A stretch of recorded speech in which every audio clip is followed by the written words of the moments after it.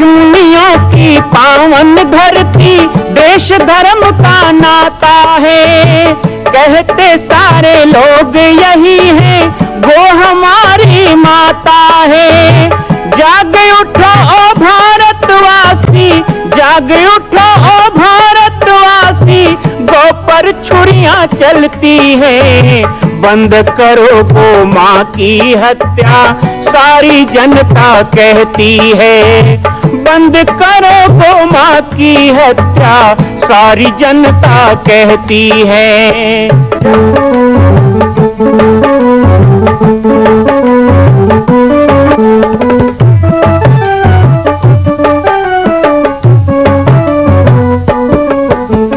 जगह जगह पर बूचड़ खाना, लाखों गौएं कटती हैं। किसे सुनाए व्यथा हमारी, नैना नीर बहाती है। रक्षा करना गौ माता की, रक्षा करना गौ माता की, गीता ज्ञान सिखाती है। बंद करो गौ माँ की हत्या, सारी जनता कहती है। बंद करो गौ माँ की हत्या, सारी जनता कहती है। जय श्री राम, जय गौ माता, जय गोपाल। स्वागत है आप सभी का भारत के हृदय स्थल छत्तीसगढ़ प्रांत में मां कौशल्या धाम जिला बालोद में विगत 18 वर्षों से बन रहे इस विशाल दिव्य भव्य मंदिर का निर्माण। विश्व के अंदर भगवान राम के लाखों मंदिर हैं। अब अयोध्या में भी रामलला विराजित हो चुके हैं, लेकिन छत्तीसगढ़ की बेटी मां कौशल्या जो राम की माता है, उनका एक भी मंदिर पूरे विश्व में नहीं। इसीलिए यह विशाल तीर्थ का निर्माण विगत वर्षों से चल रहा है बालोद जिला छत्तीसगढ़ में। 25 करोड़ की लागत से बनने वाला 108 फीट ऊंचा, 65 फीट चौड़ाई और 136 फीट लंबाई का राजस्थान के ठोस पत्थरों से बनने वाला यह मंदिर हजारों वर्ष तक भारत में 5वें धाम कौशल्या धाम के रूप में स्थापित रहेगा। 3 तल के इस मंदिर में प्रथम तल पर भगवान शिव, मध्य तल में गोद में रामलला को लेकर स्वर्ण सिंहासन में मां भगवती कौशल्या विराजित होंगी और तीसरे तल पर पंचमुखी हनुमान। इसके अलावा सामाजिक समरसता को समर्पित यह मंदिर सनातन हिंदू धर्म के समस्त देवी देवताओं महापुरुषों की मूर्तियों से सुसज्जित होगा। आप सब एक एक मूर्ति का संकल्प भी इस मंदिर के लिए कर सकते हैं। ध्यान रखिएगा, यह अवसर बार बार नहीं मिलेगा, क्योंकि 2026 में मां कौशल्या का दिव्य भव्य धाम स्थापित हो जाएगा। मां कौशल्या विराजित हो जाएगी। एक बार पुनः आप सबको निवेदन करूंगा, आइए, जुड़िए और सबको जोड़िए इस विशाल तीर्थ के निर्माण में। मैं राम बालक दास महात्यागी आप सभी को आह्वान करता हूं, संपूर्ण प्रदेश एवं देशवासियों को, कि जिस तरह रामलला के दिव्य भव्य मंदिर के लिए आप सब ने मुक्त हस्त से दान दिया है, इसी तरह मां कौशल्या के एकमात्र विश्व के प्रथम धाम के निर्माण में आप सभी मुक्त हस्त से दान दें। यह दान 3 आहुति के रूप में लिया जा रहा है। हम 1100, 1700, 5100, 11,000, 21,000, 1 लाख, उससे भी अधिक जो भी राशि करना चाहें 2025 और 26 के अंतर्गत 3 बार देने का संकल्प लेंगे। कि हजारों गांव में प्रवचन दे दिया, एक गांव में कब मौका मिली। तो कहते हैं ना कि जब यही भांति बने संयोगा, तो राम कृपा नासै सब रोगा। आज मेरे लिए बहुत महत्वपूर्ण दिन है, क्योंकि मां कौशल्या धाम के निर्माण के लिए जो संकल्प यात्रा चल रही है, प्रथम यात्रा मई जून में, दूसरी यात्रा अगस्त सितंबर में और तीसरी यात्रा अभी निकली 25 नवंबर से 31 दिसंबर। तो ये मेरे तृतीय चरण की यात्रा का समापन दिवस है और उसका ये प्रथम कार्यक्रम है, आपके गांव में आयोजित हुआ है। और सही कहा यादव जी ने कि आज 4 गांव में कार्यक्रम है। 3 गांव में तो मानस मंच है, आपके गांव, फिर हरडुआ, फिर बुढ़ेरा, उसके बाद आखिरी डीहपारा देवकर में। तो चारों कार्यक्रम में सम्मिलित होना है, लेकिन कुछ ज़्यादा समय कहाँ के लिए दें, कम समय कहाँ के लिए दें, ये सब भगवत कृपा पर निर्भर होता है। मेरी इच्छा नहीं चलती है, वो भगवान की इच्छा है। आप लोगों की श्रद्धा तो ऐसी है कि पूरे 1 दिन का कार्यक्रम यहाँ हो, लेकिन जैसा कि अभी कहा गया कि बिन मांगे मोती मिले, मांगे मिले न भीख, तो कभी कभी बिना मांगे भी मिल जाता है। माँ कौशल्या की कृपा से यात्रा चल रही है, तो मैंने ही कहा था कि एक दिन नौकेसा आना है, तो आज का कार्यक्रम मेरी तरफ से है। अब आप लोग अपनी तरफ से बुलाओगे तो 5 घंटे सुनाऊंगा। आज यात्रा है, इसलिए यात्रा संक्षिप्त ही होती है। यात्रा में यात्रा जैसा विषय होता है। आपके यहाँ नवधा रामायण का आयोजन आप लोगों ने किया है। हालांकि नवधा रामायण का स्वरूप भी अब सिमटते जा रहा है। पहले नवधा रामायण मतलब, अच्छा आपके गांव में भी नव है, नवकेशा है ना, तो नवकेशा हमारे शास्त्रों में कहा गया किसान वर्ती कृषो या कृषि केशा, अर्थात जो संसार के मूलभूत तत्व को समेटकर प्रकृति को नियंत्रित करता है उस ईश्वर तत्व को केशा कहा जाता है, उसी से केशव बना है। तो आपके यहाँ एक नहीं 9 केशा है। तो भगवान के 9 रूप को, और माँ भगवती के भी 9 रूप होते हैं, 9 दुर्गा। तो ऐसे गांव का भी नाम है और आप लोगों ने नवधा रामायण किया है। एक गांव में मैं गया था तो मैंने कहा क्या हो रहा है, बोले नवधा रामायण, पर बाद में बताया कि 5 दिन का नवधा रामायण है। आपके गांव में आपने कहा 3 दिन का नवधा रामायण, तो ऐसे तो नवधा रामायण 9 दिन के है होना चाहिए, लेकिन अब काम चलाना है, कलयुग है, कलयुग में धर्म थोड़ा थोड़ा कम ज्यादा भी हो लेकिन होना चाहिए। तो 3 दिन में भी आप लोग काम चला रहे हैं, बड़े श्रद्धा से कर रहे हैं, लेकिन इसको कम से कम 3 दिन चलने देना, इससे कम मत करना, क्योंकि नवधा से तिवधा तो कर दिए हो, कहीं 2 दिन कहोगे दुविधा हो जाएगा। नवधा से तिवधा हो गया, अब कहीं 2 दिन कहोगे तो क्या कहोगे, तो ठीक नहीं है ना दुविधा वाला बात। तो 3 दिन का करते हैं, इसको करते रहिए। और ये बहुत प्रशंसा की बात है। मैं यहाँ के आयोजक लोगों को साधुवाद दूंगा, यहाँ के मंडली को और गांव वाले सबको, कि आप लोगों ने नवधा रामायण की परंपरा को किया है। आजकल रामायण प्रतियोगिता करके हमारे सम्मान को ठेस पहुंचाया जा रहा है, वो कभी मत करना। जब भी करना नवधा और सम्मेलन ही करना, सबको बुलाना, सबका आदर करना। ये पहला इनाम, दूसरा इनाम, तीसरा इनाम, तुम ज्यादा हो तुम कम हो। अरे स्वयं जब नारद जी को मोह हुआ, ऐसा शंकर जी ने कहा, तो माता पार्वती को आश्चर्य हुआ कि जिस नारद ने मुझे ज्ञान दिया वो मेरे गुरु हैं, और मेरे गुरु नारद को, वो तो परम भक्त हैं विष्णु के, वो कैसे मोहग्रस्त हो सकते हैं और वो कैसे श्राप दे सकते हैं विष्णु जी को। तब भगवान शंकर हंसने लगे और उन्होंने कहा, बिहसी कहो महेश तब ज्ञानी मूढ़ न कोय। शंकर जी कहते हैं ये संसार में कोई ज्ञानी नहीं है, कोई मूढ़ नहीं है पार्वती, जही क्षण रघुपति करहि जसता हिते ही क्षण हो। ये सारा संसार कैसे नचाया जा रहा है कि उमादार जोशित की नाई, सबहि नचावत राम गोसाई। ये भगवान नचा रहे हैं, इसलिए नारद को मोह होना भी भगवान की लीला है, मुझे ज्ञान होना भी भगवान की लीला है। कोई मूर्ख है वो भगवान की लीला है, कोई ज्ञानी है वो भगवान की लीला है। इसलिए तुम होते कौन हो, किसी को ज्ञानी और किसी को मूर्ख साबित करके किसी को पहला इनाम और दूसरा इनाम देने का किसी को कोई अधिकार नहीं है, कम से कम रामायण के मंच में।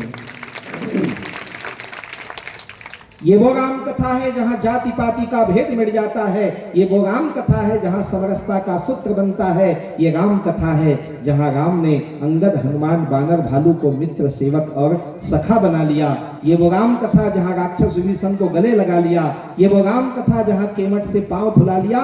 ये राम कथा जहां सबरी के कुटिया में जाके बेर खा लिया। वो राम कथा में पहला दूसरा कौन हो सकता है? राम का स्वभाव कैसा है? नारी नपुंसक जीव वस अचराचर कोई। उत्तरकांड में राम जी ने स्वयं घोषणा कर दिया कि नारी नपुंसक जीव वस अचराचर कोई। यहाँ तो स्त्री पुरुष का भी भेद नहीं है। यदि इधर राम कुमार बैठे हैं, इधर राम सिंह बैठे हैं, राम सिंह यादव जी बैठे हैं, इधर राम सिंह बैठे हैं, इधर राम कुमार बैठे हैं, उधर चैत राम बैठे होंगे, उधर बंसी राम होंगे, उधर कोई तुलसी राम होगा, इधर टीका राम होंगे, कोई राम दयाल, कोई राम सहाय, कोई राम कृपाल, कोई राम कुंवर। तो इधर माताएं भी कोई होंगी, राम प्यारी, राम चकोरी, राम कुमारी होंगे कि नहीं? मेरा राम तो नारी में भी उतना ही है, नर में भी उतना ही है। इसलिए कहते हैं नारी नपुंसक जीव वस अचराचर कोई। नपुंसक के लिए भी भेद नहीं किया राम ने, जीव जंतुओं के लिए भेद नहीं किया। ये मेरा राम है कि सेतु बंध में 2 दाना रेती के क्या डाल दिए, वो गिलहरी के भी भगवान ऋणी हो गए, हाथ में उठा के प्यार कर दिया और प्यार भी ऐसा किया, अमिट छाप छोड़ दिया कि हम नौकेसा में बैठकर 2024 के आखिरी दिन भी गिलहरी का नाम ले सके। राम ने पक्की छाप छोड़ दी, अभी भी चित्रा के पीठ में 3 ठन चिन्ह पड़े हैं। ये राम जी का सिग्नेचर है, राम जी का हस्ताक्षर है। उन्होंने हस्ताक्षर करके दुनिया को बताया मेरे अमिट प्रेम की कहानी कभी मिटेगी नहीं। आज कुछ मुस्लिम परस्त लोग कहते हैं इस देश में जो लोग जिहादी और विधर्मी लोग हैं और कुछ ऐसे भ्रष्ट हमारे नेता लोग हैं और कुछ चकाचौंध में अंधे हुए युवा वर्ग हैं, कुछ ज्यादा पढ़े लिखे गंवार लोग हैं जो कहते हैं कि इस देश में एक शाहजहां आया जिसने अपनी पत्नी से इतना प्रेम किया कि ताजमहल बनवा दिया आगरा में। लोग देखने जाते हैं, मूर्ख लोग, एक मकबरा को कहीं मुर्दा गड़ा उसे देखने जाते, ताजमहल देखने गए, फोटो खिंचवा के आते, प्यार की निशानी है। उन मूर्खों को यह पता होना चाहिए कि प्रेम की निशानी क्या होती है। 100 योजन का सेतु बना दिया अपने पत्नी को वापस पाने, वो राम के प्रेम की कहानी। वो मेरे राम है कि कैसा पति होना, कैसा पुत्र होना, कैसा बाप होना, कैसा बेटा होना, ये राम से सीख सकते हैं। तो ये रामायण हम सीख सकेंगे। चरितमानस मैं 4 साल का था तब से रामायण की मुझे आदत है और याद है कि मेरे पिता मुझे उंगली पकड़ के रामायण में ले जाते थे। उस समय मैं 4 साल का था। 9 साल का था तब माता पिता ने गुरुदेव के चरणों में जंगल में लाके छोड़ दिया, बिहड़ जंगल में। तो गुरुदेव ने कहा भाई देखो यहाँ तो स्कूल नहीं है, पढ़ोगे लिखोगे नहीं तो गंवार बन जाओगे। तो उन्होंने मेरे हाथ में एक रामायण दिया और एक गीता दिया, इसको पढ़ लोगे तो 4 वेद 6 शास्त्र 18 पुराण पढ़ने का ज्ञान हो जाएगा। ये रामायण और गीता पढ़ो और कुछ नहीं। कभी स्कूल नहीं भेजा गुरुदेव ने, बस रामायण गीता का अध्ययन दिया और उसी को पढ़ते पढ़ते आज पढ़ाने लग गए। रामचरितमानस यहाँ कई सियान होंगे अभी भी जो स्कूल का मुंह नहीं देखे, लेकिन रामायण याद है। आप तो हम ऐसे लाइट जल रहा है तो भी चश्मा लगा के रामायण पढ़ते हैं, हमारे सियान तो चंदाजोग में रामायण पढ़े हैं। वो कौन सा रामायण है? ये रामायण कोई कथा वाला रामायण नहीं है, ये रामायण हम जीवन में जीते हैं वो रामायण है। ये रामायण एक सास की मर्यादा का, ये रामायण एक बहू के आदर्श का, ये रामायण एक भाई के समर्पण का, ये रामायण एक मुखिया के मुख्यत्व का, ये रामायण एक प्रजा के समर्पण का, ये रामायण एक सीता के सतीत्व का, और ये रामायण बानर भालुओं के समाज के प्रति योगदान का ग्रंथ है। जहां कोई नहीं कहता मैं क्या कर सकता हूं, हर कोई कह सकता है बताओ मैं क्या कर सकता हूं, वो रामायण है। कोई नहीं कहता मैं क्या कर सकता हूं। आज कोई गलत घटना हो गई तो हम नहीं कहते अरे हम क्या कर सकते हैं, पल्ला झाड़ देते हैं। कहीं सड़क में गाय एक्सीडेंट हो गई तो देख के गुजर जाएंगे, अरे हम क्या कर सकते हैं भाई, ठेका थोड़े ले रखे, हम क्या कर सकते हैं।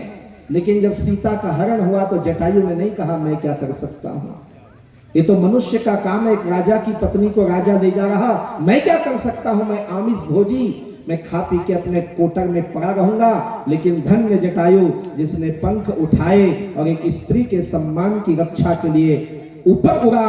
परिणाम क्या मिला कि सारे जगत के मालिक ने गोद में रख करके उसका अंतिम संस्कार किया, वो जटायु के भाग्य मिला। तो रामायण इसलिए नहीं पढ़ना चाहिए कि रामायण है, रामायण इसलिए पढ़ना चाहिए, 2 चीजों के लिए पढ़ना चाहिए। एक तो राम धन अयन अयनो इति राम रामायण, जहां राम का निवास हो वो रामायण है। जहां राम रहते हो, जैसे नरों का निवास नारायण, वैसे राम का निवास रामायण। रामायण इसलिए पढ़ना चाहिए क्योंकि रामायण स्वयं राम है, राम का घर है। और दूसरा रामायण इसलिए पढ़ना चाहिए क्योंकि वो हमारे घर की कहानी है, वो हमारे जीवन की कहानी है। हमें निज धर्म पर चलना सिखाती रोज रामायण, सदा शुभ आचरण करना सिखाती रोज रामायण। कभी वेदों के सरिता में, कभी गीता की गंगा में, कभी रस बिंदु में मन को डुबाती रोज रामायण, हमें निज धर्म पर चलना। और छत्तीसगढ़ी में गाते थे तो कितना प्यारा गाते थे, यही 4 साल की उम्र से सुनते आ रहा हूँ कि तुलसीदास ने रची रामायण, गंगा बहा दिया और भवसागर पार उतरने को एक नौका बना दिया। ये बचपन से सुनते आए। माने रामायण एक गंगा भी है और रामायण एक नौका भी है। मां कौशल्या के धाम का निर्माण प्रारंभ हो चुका है, अब 2026 में पूर्ण होने वाला है। अरे अंगद हनुमान नहीं तो गिलहरी तो बनिए। एक छोटा सा संकल्प आप अपने मां भगवती के लिए नहीं कर सकते हैं? यदि आप राम भक्त हैं तो मैं चाहूंगा कि मां कौशल्या के धाम के निर्माण के लिए आप अपने जीवन का एक अंश जरूर समर्पित करें। आइए हमारे नीचे चल रहे व्हाट्सएप नंबर और अकाउंट डिटेल पर संपर्क करके अपने जीवन का एक अंश लगाकर आप भी पुण्य के भागी बने। मैं राम बालक दास महात्यागी, मां कौशल्या धाम, जिला बालोद, छत्तीसगढ़ से। मां कौशल्या की पावन जन्मभूमि छत्तीसगढ़ प्रांत में बालोद जिला में स्थित है श्री सर्वसिद्ध शक्तिपीठ जामड़ी पाटेश्वर धाम। परम पूज्य सद्गुरुदेव राजयोगी बाबा जी की तपस्थली श्री पाटेश्वर धाम और विश्व के अद्वितीय मां कौशल्या जन्मभूमि मंदिर निर्माण का दर्शन करने और इसी प्रकार समसामयिक विषयों पर अपना ज्ञान वर्धन करने के लिए और 10,000 गायों के लिए बनने वाले श्री हनुमान नंदीशाला गो अभ्यारण्य का समाचार प्राप्त करने के लिए आप सभी देखते रहें YouTube चैनल पर राम बालक दास, और हमारे चैनल को आप सभी सब्सक्राइब करें, घंटी का बटन दबाएं ताकि आप सूचनाओं से जुड़े रह सकें। जय श्री राम, जय गौ माता, जय गोपाल।